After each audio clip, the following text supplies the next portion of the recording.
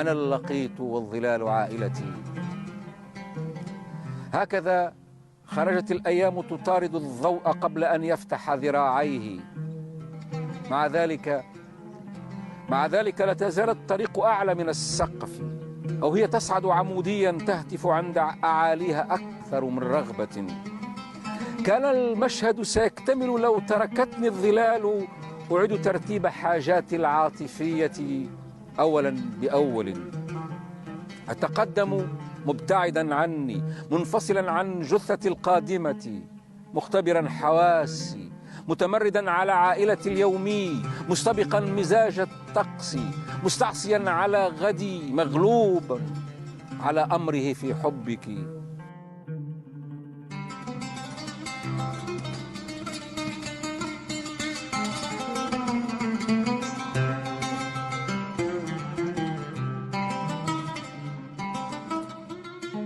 أديب تونسي أصيل مدينة قفصة، ولد فيها سنة 1961 وتربى فيها، فأخذ منها صلابة الصوت وجمالية المعاني، كما أخذ من صورها صورا لأشعاره ونصوصه التي تغذت من كيانه كإنسان، فأبدع في تقديم ما فيه لجمهور يتذوق الأدب.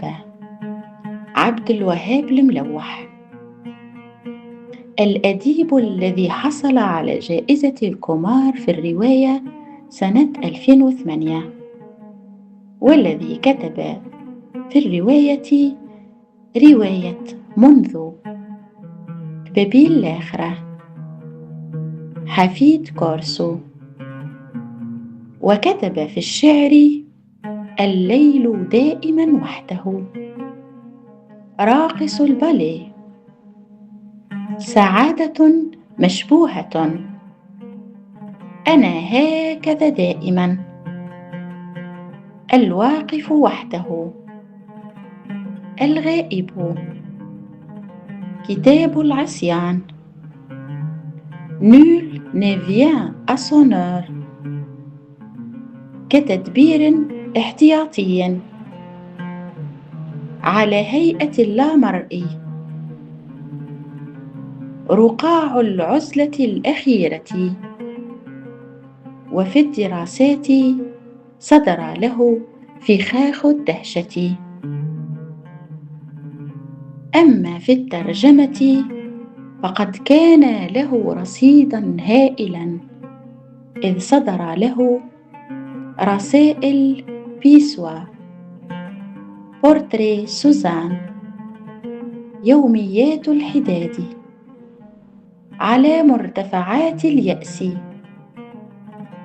أصدقائي، الأفكار، الحرب الغربية، الميراث، بهلوانيات.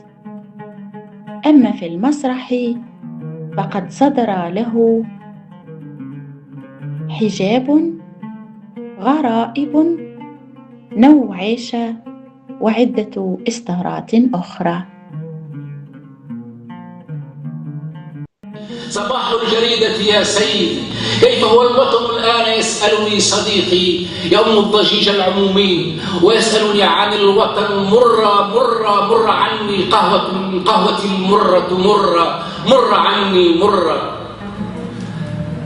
شيخ الخفافيش يدعو طير الأبابيل أن يهدم عرش الوطن، لكن طفلي ما زال يسألني كيف يختار الله الأنبياء، كيف يختار الله الشعراء، ثم يشاكسني بالضحك. يحيى الضحك، يحيى الضحك، يحيى الضحك.